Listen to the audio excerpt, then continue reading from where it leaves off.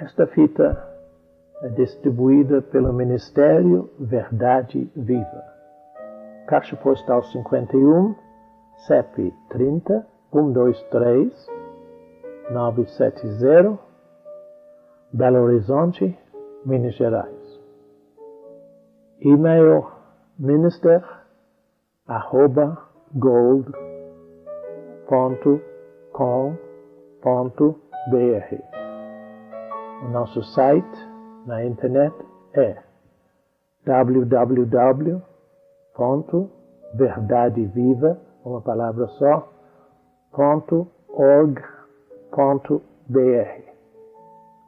Os telefones, fones fax 31 3482 1919 3482 1879. Nós vamos começar hoje com o capítulo 9 de João. Eu acredito que nós vamos nele todinho, porque ele é muito interessante e tem muito ensinamento para nós aqui. Pai, agradecemos a Ti por Tua palavra e principalmente agradecemos que Tu enviaste a nós o Espírito Santo que nos ensina a verdade, que coloca a palavra dentro do nosso espírito. Assim Te agradecemos, em o nome de Jesus. Amém. Eu vou iniciar e depois eu vou fazer umas explicações. Então, mostro você como que une dois versículos, um no início e um no fim, que é a chave desse capítulo inteiro. João capítulo 9. Caminhando Jesus, viu um homem cego de nascença. E os seus discípulos perguntaram: Mestre, quem pecou? Este ou seus pais, para que nascesse cego? Eu quero que vocês entendam o que eu falo aqui, que eu só tenho um sobrinho que nasceu cego, e é cego até hoje. Mas observa como que as pessoas são assim, incomodadas com os outros, né? Certamente o pai dele pecou, a mãe dele pecou, e assim que tem essa desgraça na vida dele. O meu sobrinho, eu falei com ele, olha, você pode enxergar, Jesus dá a você as vistas. Ele falou comigo: tio, eu nasci assim, eu quero viver assim. Posso fazer. Eu tive uma outra ocasião, quando eu tive as igrejas, que chegou um moço cego na frente uma noite de domingo, e eu perguntei: João, por que você está aqui para eu orar para você? Você quer enxergar? Ele disse: não. Eu disse: então por que você está aqui? Por que você vem aqui? Por que você não quer enxergar? Mas ele não quis me dizer. Sabe por quê? Que ele ganhava mais dinheiro assim. Ele tinha um apartamento de 6 andares, alugado, e ele pedia esmola na rua por ser cego. Profissão, justamente. Qual é a sua profissão? Cegueira. Terrível. Muito bem. Pois é, claro. Sim, sim. Claro que não. Claro. E se fosse o médico, botava ele numa cadeira de rodas, eu garanto. Mas é assim. Filha, você é o que você crê que é. E pronto. Ponto final. Vou começar de novo, então. João capítulo 9. Caminhando Jesus viu um homem cego de nascença. E os seus discípulos perguntaram: Mestre, quem pecou? Este ou seus pais, para que nascesse cego? Respondeu Jesus: nem ele pecou, nem seus pais. Mas é necessário que se manifestem nele as obras de Deus. É necessário que façamos as obras daquele que me enviou enquanto é dia. A noite vem, quando ninguém pode trabalhar. Enquanto estou no mundo, sou a luz do mundo. Parar aí um pouquinho. Jesus disse que ele precisava trabalhar. Por que Jesus disse para eles que é necessário que eu trabalhe? Porque era sábado. E no sábado não podiam trabalhar. É pecado trabalhar no sábado para o judeu. Então observa o que Jesus fez no verso 6. Dito isto, Jesus cuspiu na terra e, tendo feito lodo com a saliva, aplicou-o aos olhos do cego. Você acha que o lodo do cuspe no chão deu alguma coisa favorável para a vista do homem que nasceu cego? Não. Que Jesus não fez aquilo para o cego. Jesus fez aquilo para mudar a concepção errada das pessoas que estavam olhando. E todo esse capítulo aqui é para nos ensinar de deixar as nossas concepções, o que nós achamos, e entrar naquilo que Deus faz. Deu para entender? Não era nada para o cego. Jesus não era remédio, absolutamente. Que remédio, hein? Se fosse remédio assim, qualquer pessoa podia ficar rico, né? Vai cuspindo no chão e engarrafado e dando. Não é nada com remédio. Jesus trabalhou. Ele cuspiu no chão e mexeu. Um trabalho no sábado. Exato, não podia. Então, por isso Jesus falou no versículo 4,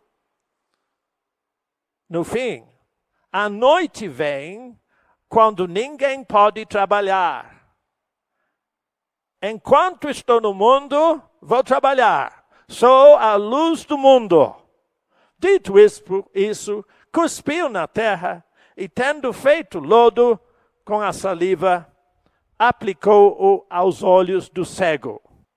Todo esse capítulo, eu vou repetir, através dela toda, é para Jesus, naquela discussão a respeito do cego, e o que Jesus veio para fazer é para mostrar às pessoas que chegou a hora, quando todos nós temos que entrar no que Deus diz, o que Deus fez, e não em nossas próprias concepções. De forma que a chave desse capítulo é o verso 5, juntamente com o verso 39.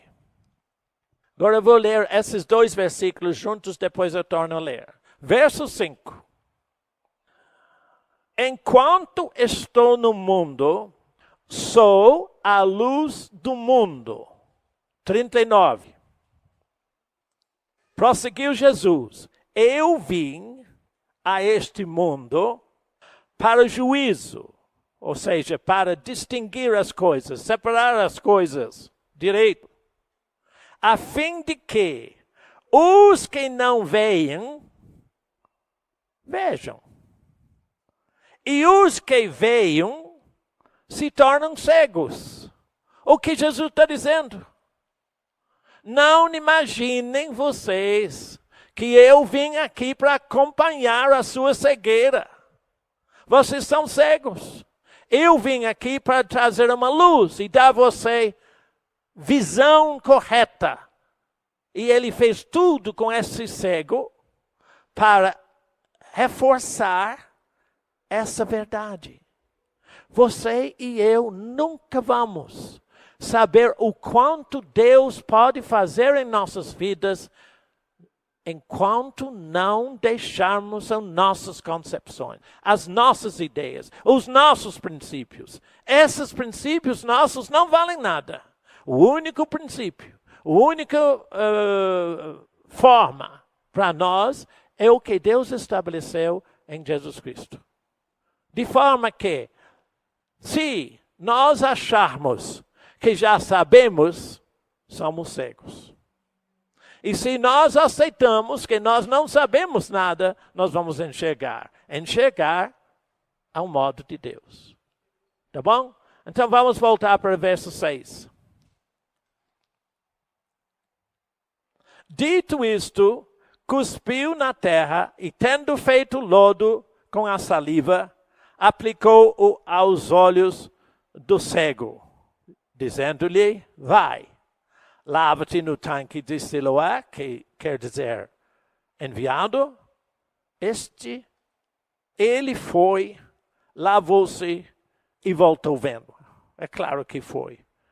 Ele não voltou vendo porque ele lavou a lama dos olhos. Ele voltou vendo porque ele creu no que Jesus disse para ele. Vai e pronto. Sempre assim. Se você puder ter a sensibilidade em teu espírito para ouvir o que Deus diz, você vai mudar totalmente a sua vida. Em tudo. Então, continua. Verso 8. Então, os vizinhos e os que dantes o conheciam de vista, como mendigo, perguntavam: não é este o que estava assentado pedindo esmolas? Uns diziam: é ele. Outros: não, mas se parece com ele. Mas ele mesmo disse: sou eu mesmo, sou eu mesmo. Perguntaram-lhe, pois: como te foram abertos os olhos? Respondeu ele: o homem chamado Jesus fez lodo, untou-me os olhos e disse-me: vai ao tanque de Siloé e lava-te. Então eu fui. Lavei-me, estou vendo. Disseram-lhe, pois: onde está ele? Respondeu: não sei. Verso 13. Levaram, pois, aos fariseus o que dantes fora cego. E era sábado, o dia em que Jesus fez o lodo, ele abriu os olhos. Jesus quebrou o sábado. Então os fariseus, por sua vez, lhe perguntaram: como chegar a ver? Ao que lhes respondeu: ele aplicou lodo aos meus olhos, lavei-me e estou vendo. Por isso, alguns dos fariseus diziam: esse homem não é de Deus. Por quê? Porque não guarda o sábado. Fez lodo no sábado, gente. Igual minha avó. Bernardo não pode ser de Deus porque ele corre no domingo. Ele subia. Entende? Se você ler o meu livro, você sabe o que ela aplicou para mim. Diziam outros: mas como pode um homem pecador fazer tamanhos sinais? E houve dissensão entre eles. De novo, perguntaram ao cego: que dizes tu a respeito dele, visto que te abriu os olhos? Que é profeta, respondeu ele. Não acreditaram os judeus que ele fora cego e que agora via, enquanto não lhe chamaram os pais. Não se assuste, nenhum de vocês, quando Deus faz uma coisa na sua vida e a sua própria família não aceita. Dizem: não pode ser. Sempre falam assim. Não pode. Por quê? Só pode por sua fé. Só pode viver em Deus aquele que tem fé. Os outros, enxergando, diz: não sei o que aconteceu, mas não pode ser do jeito que ela diz. É claro que é do jeito que ela diz.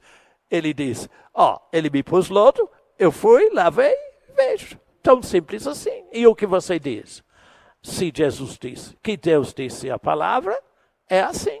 Eu creio e é assim. A simplicidade da fé é fantástica. Vamos continuar. Sim, claro. A sua fé funciona para ele. Claro. Mas é claro. Não pode esperar outra reação deles, eles não têm entendimento nenhum. Compreende? Observe, enquanto seus filhos são menores, a sua fé funciona para eles. Vamos ficar. Quando eles são adultos, você tem que ter fé própria, é lógico. Mas enquanto são menores, a sua fé funciona para eles. A única coisa que você faz é continuar agradecendo a Deus, porque Jesus sarou a nós todos. Eu recebi um telefonema da Alemanha hoje, com uma pessoa desesperada, porque ela está procurando tirar a carteira de motorista e o marido dela tem muito dinheiro. Então, o professor da escola, coisa assim, sempre pergunta a ela, o que seu marido faz? Aí então ela fala, diz, então você não passou, porque ele quer mais dinheiro outra vez, compreende? Ela chegou aqui desesperada, disse, filho, é fácil arranjar carteira. Eu disse, como? Ele disse, Jesus disse em Mateus 6,6, entre no teu aposento, fecha a porta, agradece a Deus a carteira. Ele disse, é só assim? Eu disse, só assim. É só assim. Ele disse, mas isso funciona? Eu disse, experimenta. Faz o que Deus diz. Eu perguntei a ela, você acha que Jesus deu uma instrução furada? Impossível, né? Se Jesus disse, entra no teu aposento e fala com teu pai, entra no seu aposento e fala com teu pai. Você vai descobrir maravilhas. Estou esperando o telefonema lá do Rio, da menina que vai me mostrar do filho dela. Né? Eu não sei, deve ser 3 meses já, eu não sei. Vamos lá. Bom, vamos lá. Verso 18 de novo. Nós estamos lendo em João, o capítulo 9, e a razão por que Jesus fez lodo e untou os olhos do cego. Verso 18. Não acreditaram os judeus que ele fora cego e que via, enquanto não lhe chamaram os pais. E os interrogaram, é este o vosso filho, de quem dizeis que nasceu cego? Como, pois, vê agora? Então os pais respondeu, sabemos que ele é nosso filho. Segundo, sabemos também que ele nasceu cego. Mas não sabemos como vê agora. Ou não sabemos também quem lhe abriu os olhos. Também não sabemos. Perguntai a ele, idade tem? Falará de si mesmo. Isto disseram seus pais, porque estavam com medo dos judeus, medo da igreja, do pastor. Pois estes já haviam assentado que se alguém confessasse ser Jesus o Cristo, fosse expulso da sinagoga. Não se assuste se isto surge com você. Eu recebi um e-mail, eu acho que eu falei no sábado, de uma irmã que cantava no coro da igreja dela 7 anos. E ela sentiu que não devia continuar porque ela achou que estava fazendo exibição. E ela achou que a igreja não era lugar desse, então falou com o pastor que não ia mais.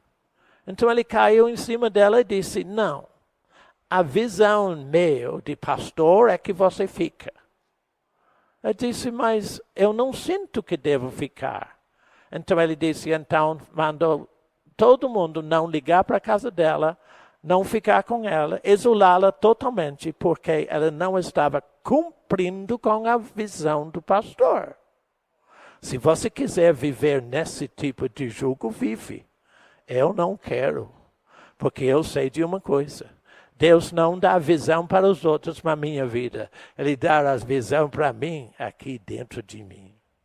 Então, foi esse o caso aqui.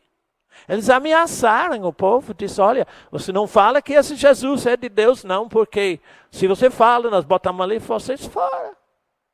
Vamos lá, continua. 23. Por isso é que disseram os pais, ele idade tem, interrogai-o. Então chamaram pela segunda vez o homem que fora cego. E lhe disseram, dá glória a Deus. Nós sabemos que esse homem é pecador. O cego retrucou, se é pecador, uma coisa sei. Eu era cego e agora vejo.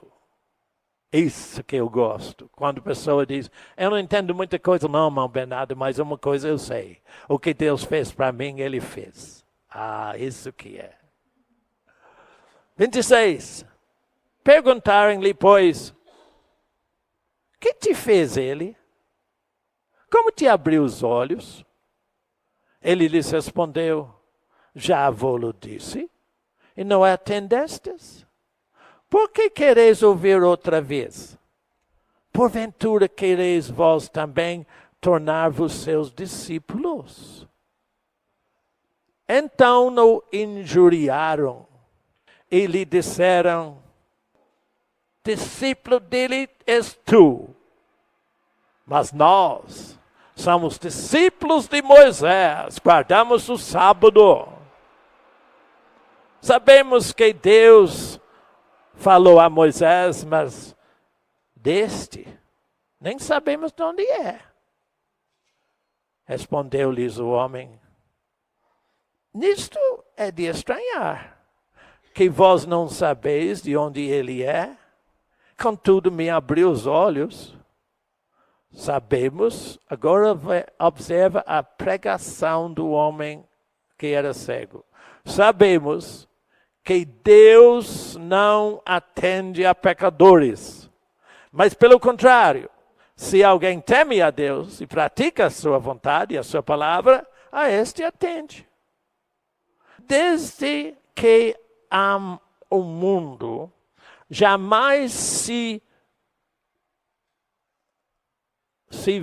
ouviu que alguém tenha aberto os olhos a um cego de nascença. Se este homem não fosse de Deus, nada poderia ter feito. Mas eles retrucaram.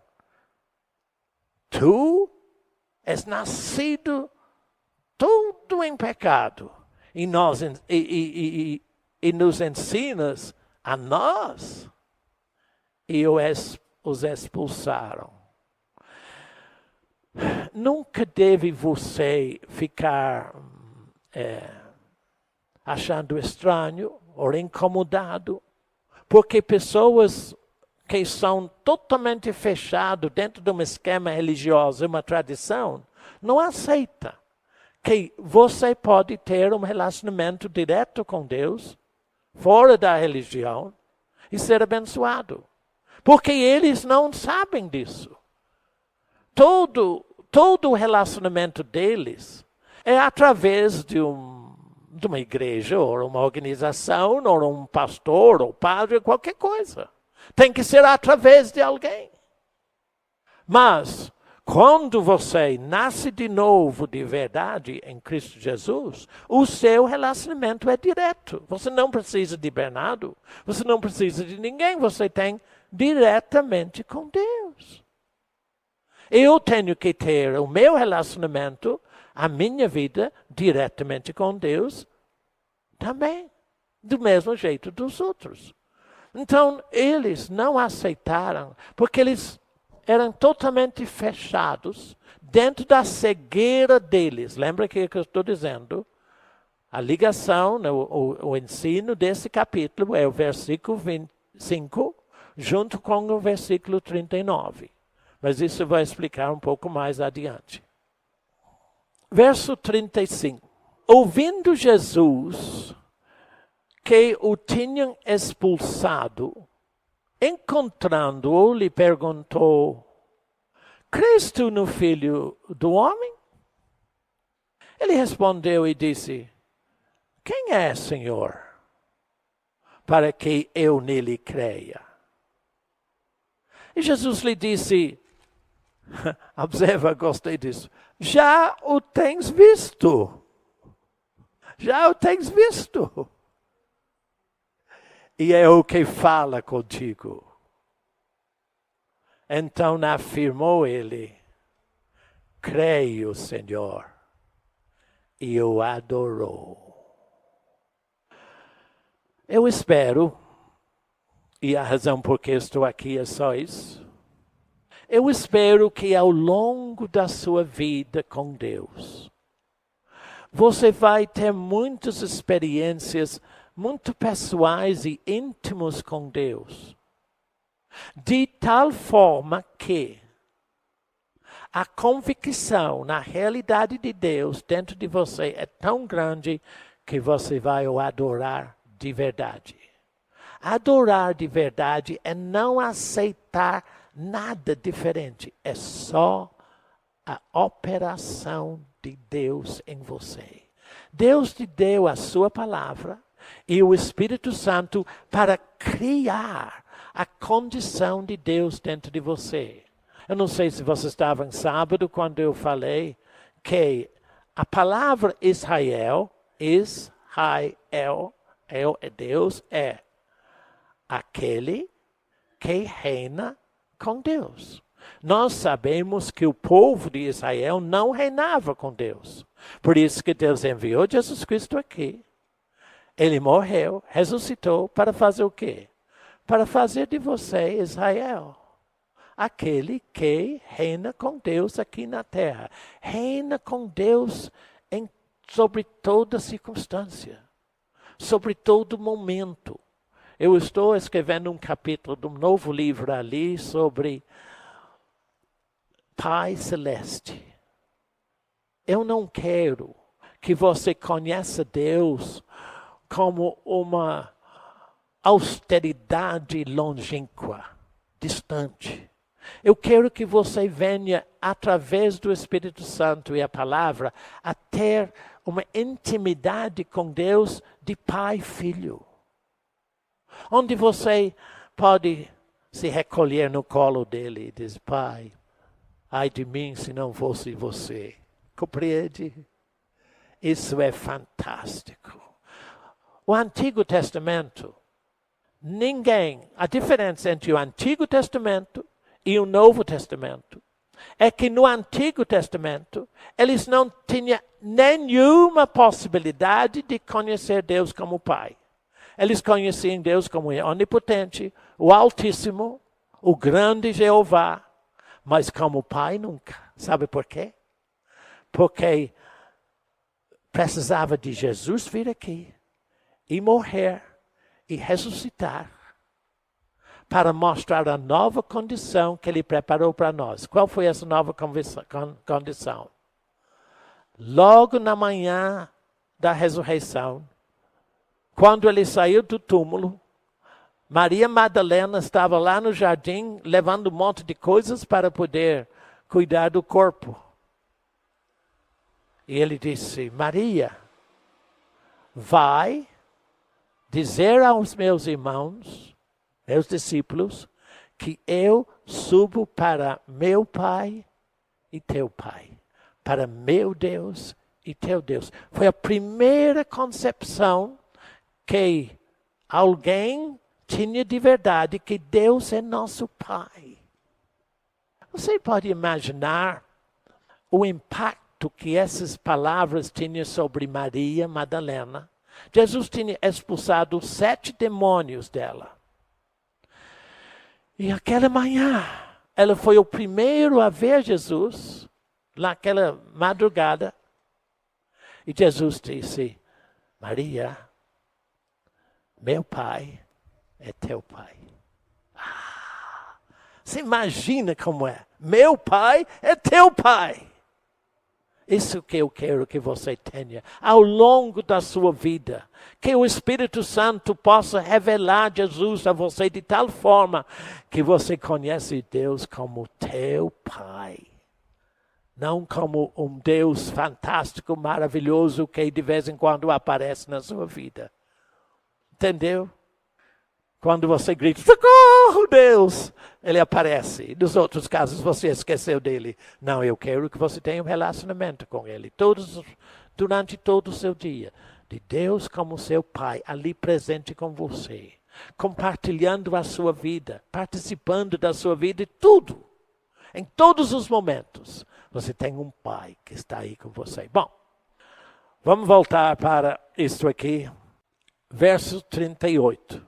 Então, esse homem que antes era cego, disse, creio, Senhor, e o adorou. Prosseguiu Jesus. Agora aqui o versículo-chave. Eu vim a este mundo para juízo, ou quer dizer, para fazer diferença entre um estado ou uma condição e outra. Eu vim para juízo, a fim de que os que não vejam, e os que vejam se tornem cegos. Alguns dentre os fariseus que estavam perto dele perguntaram-lhe, acaso também nós somos cegos? Respondeu-lhes Jesus, se fosseis cegos, não teríeis pecado algum. Mas porque agora dizeis, nós vemos, subsiste o vosso pecado. Agora observa. Quando iniciei esse capítulo, eu falei que a razão por que Jesus fez lodo e untou os olhos do homem foi porque ele fez isso no sábado. Jesus trabalhou fazendo uma coisa no sábado. Aquele não tinha nenhum valor na vista do cego. Jesus fez aquilo para mostrar aos judeus que estavam prisioneiros no sábado, da tradição de Moisés, que ele era maior e acabou com toda aquela tradição deles. Jesus usou esse encontro com o cego para mostrar a razão por que ele veio aqui ao mundo. Ele veio aqui ao mundo para todos nós, para tirar cada um de nós dos nossos preconceitos, das nossas concepções estabelecidas por anos e gerações de tradição religiosa. E como é que temos essa bagagem horrorosa? E é difícil você se livrar dela, não? Não é fácil, não. De vez em quando ela aparece, umas coisas ali. Eu lembro de coisas que minha avó falava há muito tempo atrás. Bernardo, aquela coisa. Observe. Observe o que eu estou dizendo. Verso 5 de novo, eu vou ligar com 39. Observe. Bom, olha, porque estou gostando, eu vou ler de novo o 3. Quando eles perguntaram quem pecou, Jesus disse, nem ele pecou, nem seus pais. Ponto final. Mas é necessário que se manifeste nele as obras de Deus. Olha, todo mundo que tem um problema físico, é necessário que Deus manifeste nele as obras de Deus. Não é a doença que glorifica Deus. O que glorifica Deus é que Deus possa manifestar nele que ele é sarado, a saúde, a libertação daquilo. Continua. É necessário, verso 4, que façamos as obras daquele que me enviou enquanto é dia. A noite vem, quando ninguém pode trabalhar. Mas isso foi um sábado. Ninguém podia pensar de trabalhar no sábado. E se você pular o 5, você vai... Pula o 5, depois eu volto para ele. Dito estas coisas a respeito de não trabalhar, Jesus cuspiu da terra e trabalhou. Fez um lodo. Para que esse tudo?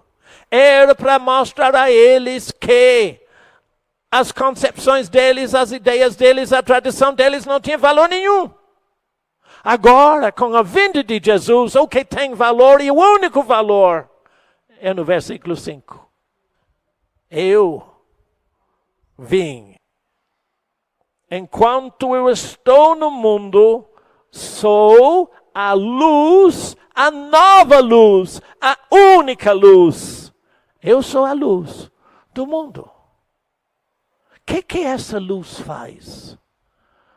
O que essa luz faz para nós em nossas vidas? Vai para 39.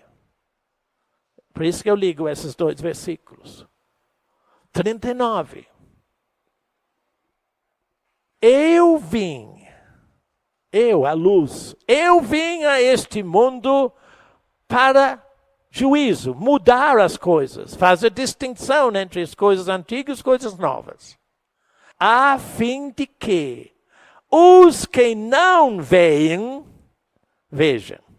Ou seja, aqueles que estão nas trevas da tradição religiosa, na ignorância das suas próprias ideias e concepções, eles não veem nada. Mas eu vim para que eles possam ver. Ver o quê? O que eu vim fazer para eles? Eu vim mudar totalmente a vida de todo mundo. Então ele continua, 39. A fim de que os que não veem, vejam. Mas de outro lado, os que veem, na ideia deles, aqueles que têm as suas próprias concepções, as suas próprias ideias de como é que deve ser,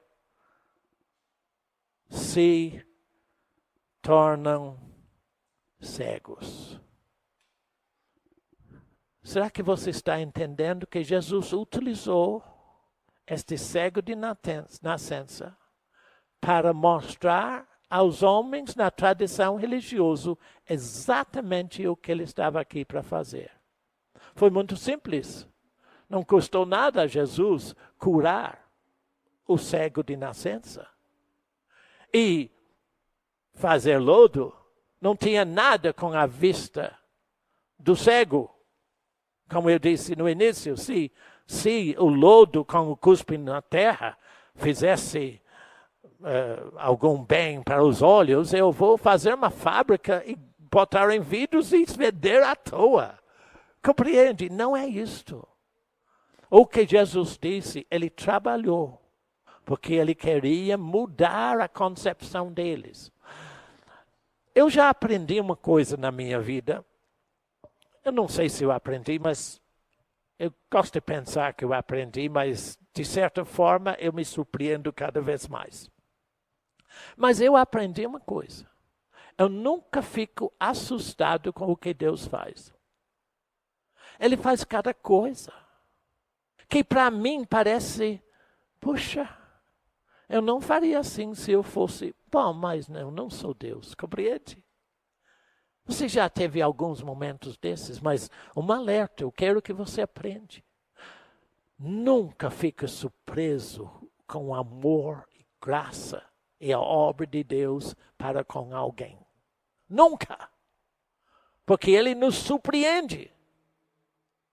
Foi uma coisa muito, assim, parecendo absurdo fazer aquilo. Foi a única vez que Ele fez, mas o objetivo não foi a visão do cego. O objetivo tirar a cegueira deles. E tudo o que Deus faz em nossa vida tem um objetivo só: mudar a nossa cegueira para podermos ver a grandeza de Deus em Cristo Jesus em nossa vida.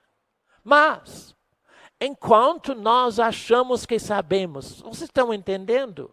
Enquanto nós achamos que a gente entende, ficamos cegos.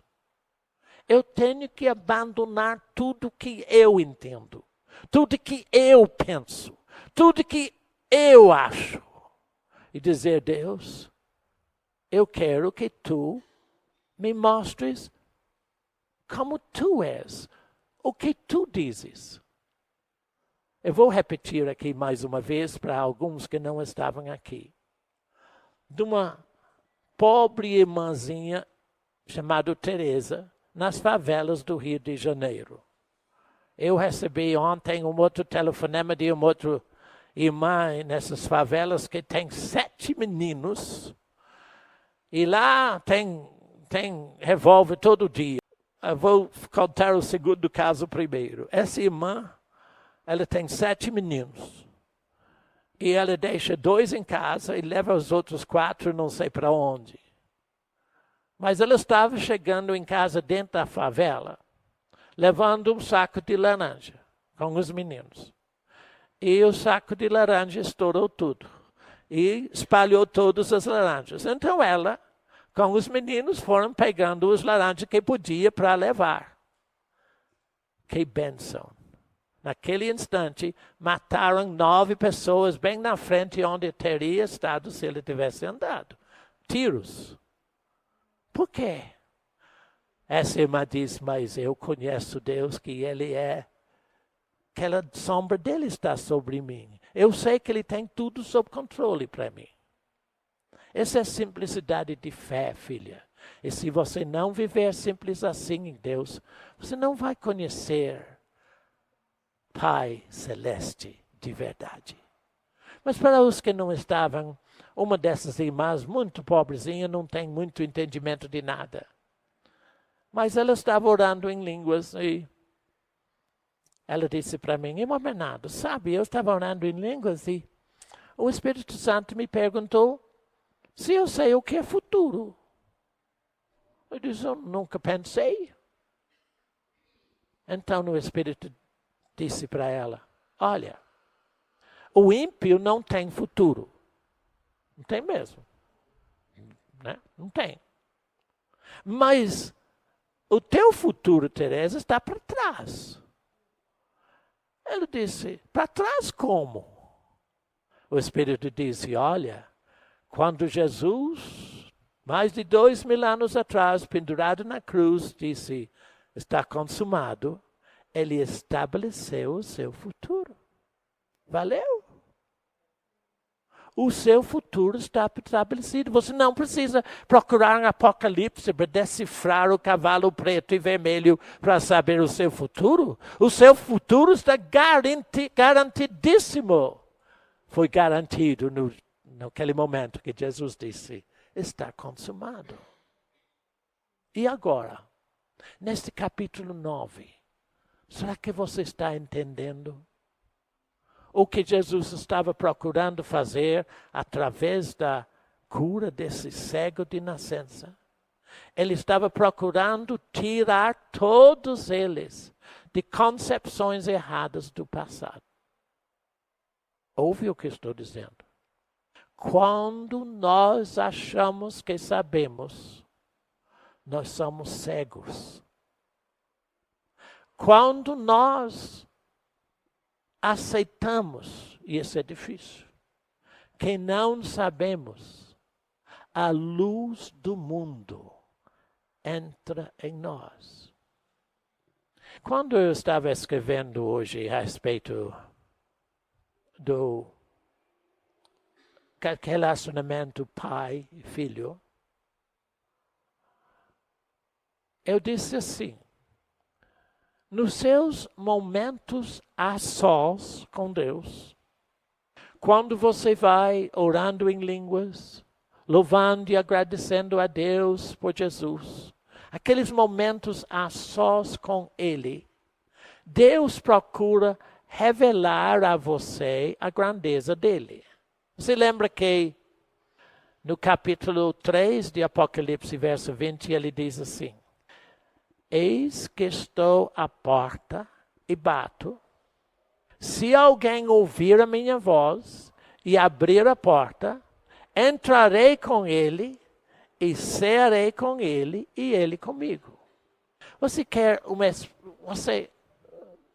quando isso acontece e Deus começa a falar com você sozinho, Ele vai revelar a você, numa simplicidade muito grande, exatamente o que Ele é em sua vida. Veja um exemplo disso, e com isso eu vou terminar.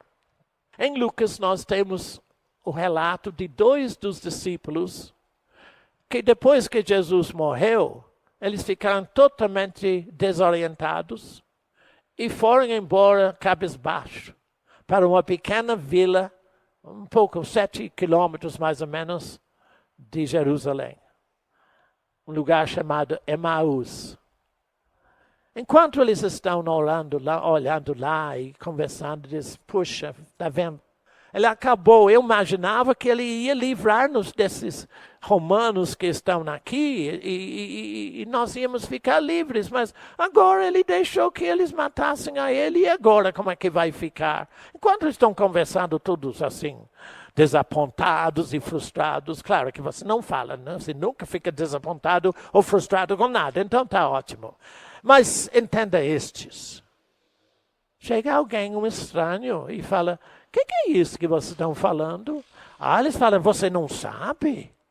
Nós tivemos um líder, ele era maravilhoso, mas eles crucificaram a ele e tal. Ele disse, que foi? E ele foi conversando.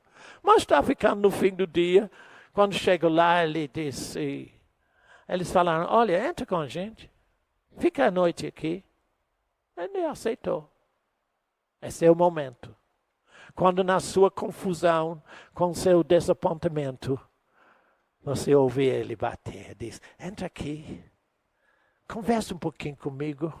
Então, ele entrou na casa deles. Sentaram numa mesa, ele quebrou o pão. Quando ele quebrou o pão, foi uma revelação. É ele! Mas ele não estava lá, mas ele subiu para eles não ficarem assim. Aí eles não comeram, eu acho que eles correram lá para Jerusalém de novo e disseram, Jesus está vivo, Jesus está vivo, Jesus está vivo. Você já fez isso? Aquele momento quando você está totalmente confuso, desorientado, abandonado. Você lembra, não, mas Deus disse, Ele nunca me deixará. E jamais me abandonará. Oh, Jesus, muito obrigado. E você começa a meditar. E então ele começa a revelar dentro de você. Eu estou convosco até a consumação do século. Eu, Deus, estou com você em toda situação. Eu nunca vou te deixar. E começa a crescer Deus. E você vê como Deus é real. O que você faz? Liga para Maria. Oh, Maria, sabe, Maria? Jesus está vivo. Vivo dentro de mim. Compreende? Estes exageros são os momentos de surpresa que eu digo que Deus vem ao longo da nossa vida. Filha, dê quanto mais momentos sozinhos com Deus que for possível.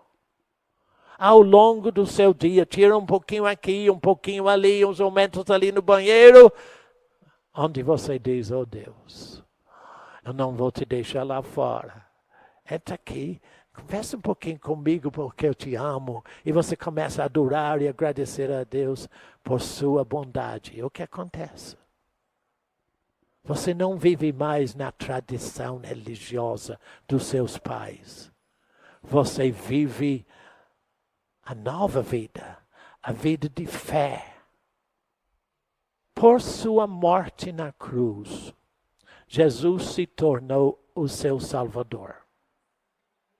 Mas por sua ressurreição, ele se tornou o seu sacerdote vivo, junto ao Pai no céu. De forma que, do mesmo modo que ele morreu por você, e como ele resolveu todo o seu pecado na cruz do Calvário, exatamente neste instante, ele está ali perante o Pai como seu sacerdote, resolvendo todos os seus problemas lá com Deus. Satanás vai lá. Ele é chamado acusador dos irmãos. Quando você falha um pouco, vamos pôr a coisa, claro que talvez você não faz, então vamos dizer. Quando Bernardo falha, o que acontece? Satanás está lá, está vendo? Está lendo, Bernardo? Está vendo? Está vendo ele? Ele está errado, está vendo? Satanás grita, né? Bernardo está errado. Jesus só levanta as mãos assim, que são furados. essas duas mãos, todo mundo vai ver um dia quando ele descer no Monte de Oliveiras. E vão ver, foi este que nós crucificamos. As mãos furadas de Jesus falam muito alto lá perante o Pai, porque Jesus é o seu sacrifício vivo lá no céu. Então ele torna-se o seu Salvador e o seu sacerdote. Quem é Satanás para acusar você mais nunca? Compreende? O que eu quero é que você aprenda que aqui neste capítulo 9, o que Jesus procurou fazer do princípio ao fim é dizer, abandone as suas ideias, os seus pensamentos, os seus preconceitos religiosos e vem, deixa a minha luz entrar para que você seja aquele que vê, não o Pai. Agradecemos a Ti, porque Tu nos ensinas por Tua palavra com uma simplicidade tão grande. E todos nós aqui neste momento queremos agradecer a Ti por estes momentos, e principalmente porque Tu vieste ao mundo para ser a nossa luz, para tirar a nossa cegueira e fazer com que nós enxergamos a grandeza do céu na terra. Isto é o Teu reino, Pai, e nós Te louvamos e agradecemos por isto. Aceita os nossos agradecimentos, em o nome de Jesus. Amém. Tá bom, só isso. Esta fita é distribuída pelo Ministério Verdade Viva. Caixa Postal 51, CEP 30 123 970, Belo Horizonte, Minas Gerais. E-mail minister@gold.com.br. O nosso site na internet é www.verdadeviva, uma palavra só, .org.br. Os telefones, fones fax 31 3482 1919, 3482 1879.